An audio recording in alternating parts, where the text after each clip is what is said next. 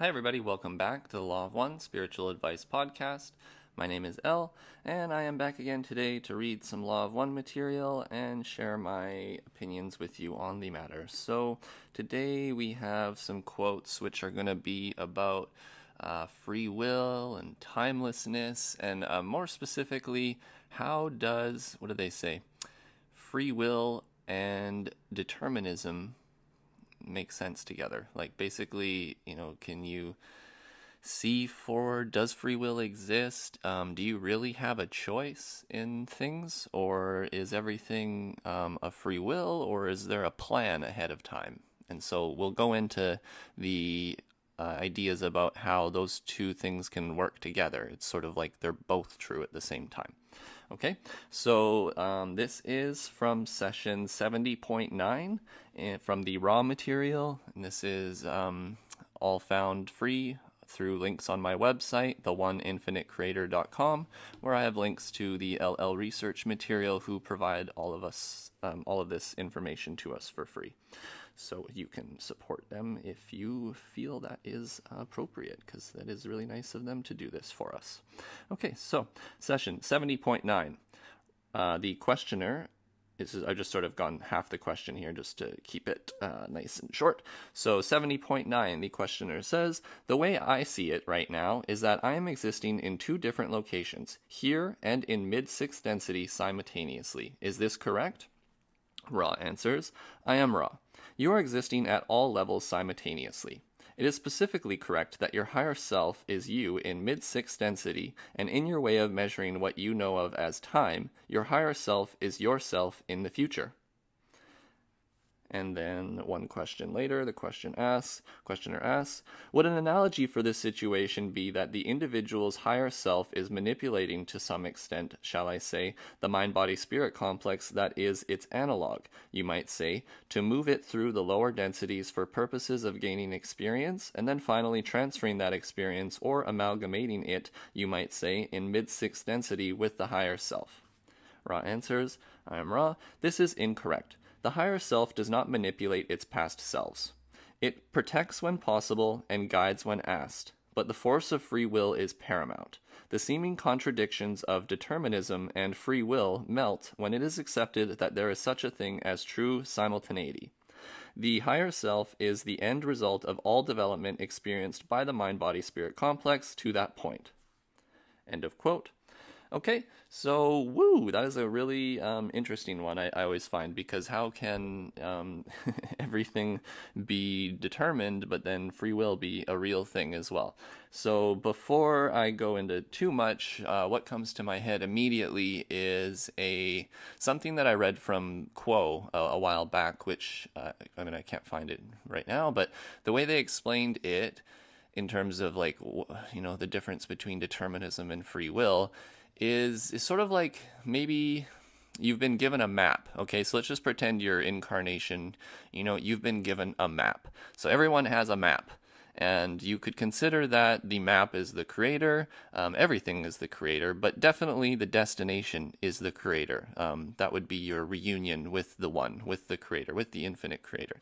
So the way I feel that this works, and I agree with the way Quo explains it, is that you have a map, the destination is known, but there are an infinity amount of ways to make it to the destination from your starting point. So you sort of have free will within determinism. It's obviously somewhat paradoxical, but as this material is, they often say that the closer you go to paradox, the closer you probably are to some sort of spiritual truth. As you start to generalize, it must be this, it must be that, you're probably wrong. Usually when you've come to some sort of paradox, you've kind of balanced the equation, you kind of understand things from the wider perspective. All right, so now try to get into the more complicated parts of this, which just, first of all, I'll warn you, maybe I'm wrong, I don't know. This is the way I think of these things, and this is why I'm here sharing these things with you. So let's go into this a little bit more particularly. Now, when you are a soul, before you incarnate in a physical 3D body, you would be, I suppose what they would say, you would be in your the indigo form maker body, which I would say is like your higher self. So really, before you incarnate in a 3D place, you and your higher self all kind of get together as you in 6D, and you plan out an incarnation. So let's just talk about those two different areas in terms of, well, what is physical and what is metaphysical? So what is the 3D world versus that world that you exist in before incarnation? They describe those things in the material here as being basically space-time versus time-space. So space-time you can consider is our third density illusion, the physical existence, and then you would consider time-space to be its analog, which would be the metaphysical existence, which would be sort of like, okay, so let's back up here. So space-time is you are occupying a space and moving through time. Okay? Now with time-space, you would be occupying a time and moving through space. So does that make sense to your brain? Probably not, because every time I try to sort of envision what that would be like in my head, my brain just sort of short circuits, which makes sense because your brain is a space-time creature, and it very much likes to use time to make sense of things, right? There's a past, there's a future, there's a present. Your brain needs that in order to make sense of what's going on in this world. So so there you go. There's your difference between space-time and time-space.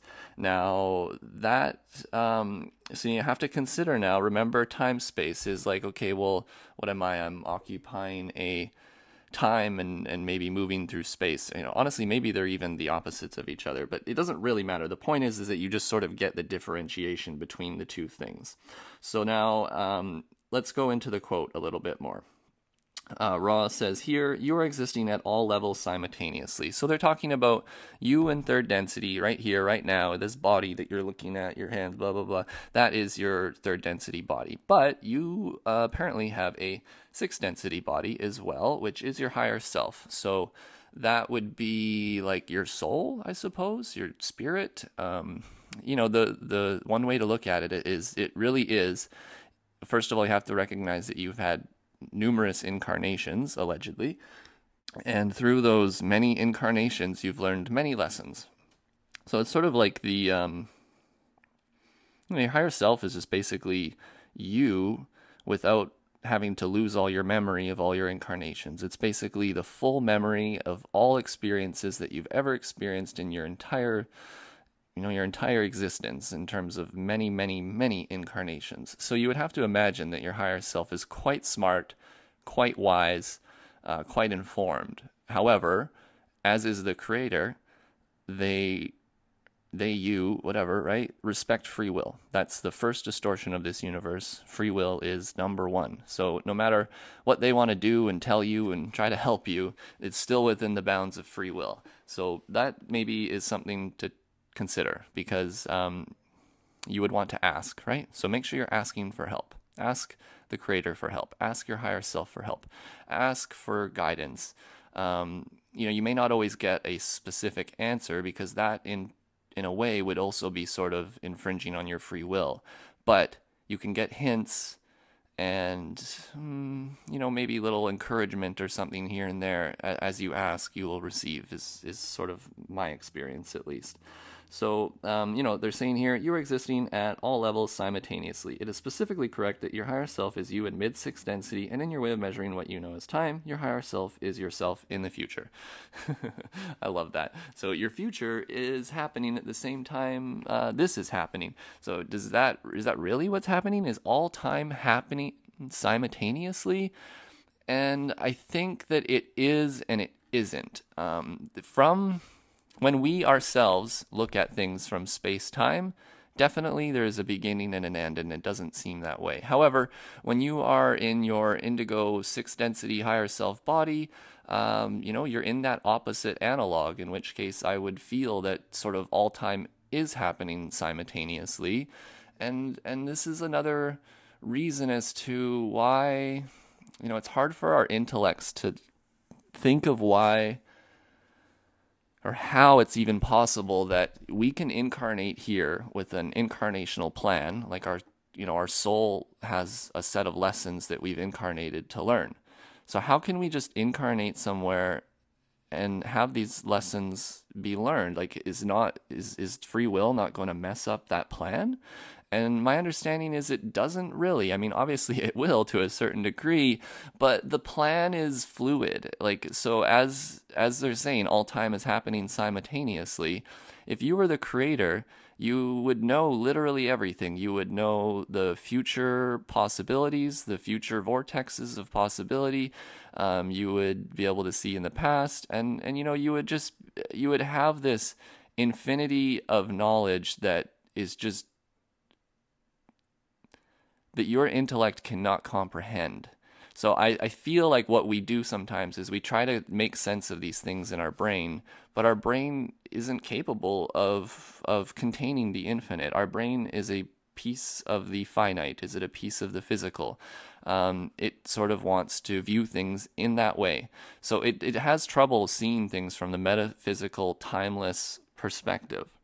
But in the sense of timelessness, the plan is fluid, and that no matter what you do, what choices you make, the creation is fluid enough to sort of rearrange itself in a way that no matter how many times you try to avoid your lesson, the lesson will still find its way to you.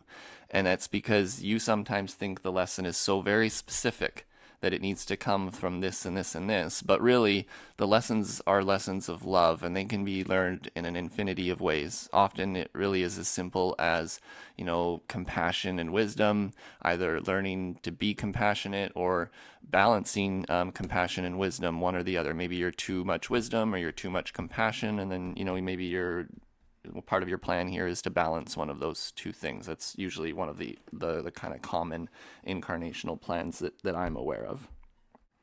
So they say here, the higher self is manipulating to some extent, shall I say, the mind-body-spirit complex? Ross says no, they do not manipulate the previous selves. They work within the realms of free will, and I would posit that the higher self and the creator, because the higher self is one step away from being the creator, right? So they're kind of similar in a way. But what I would suggest to you is that patience, your higher self, the creator, has an infinity of patience. You may think that things need to happen right now, and I would suggest that probably the creator is very patient, so patient that sort of allow you to take your own time to come to the conclusions that you need to come to within the realms of free will. So it might seem that your incarnational plan is all over the place, and you don't know if you're doing what you came here to do. But I would suggest that as long as you're trying, right, you have your intentions pointed in the right direction, you're getting up every day just trying to do your best. I mean, like, what more can you do? I would think that that the universe will lay itself out in front of you as you set your intentions to serve and your intentions to do well.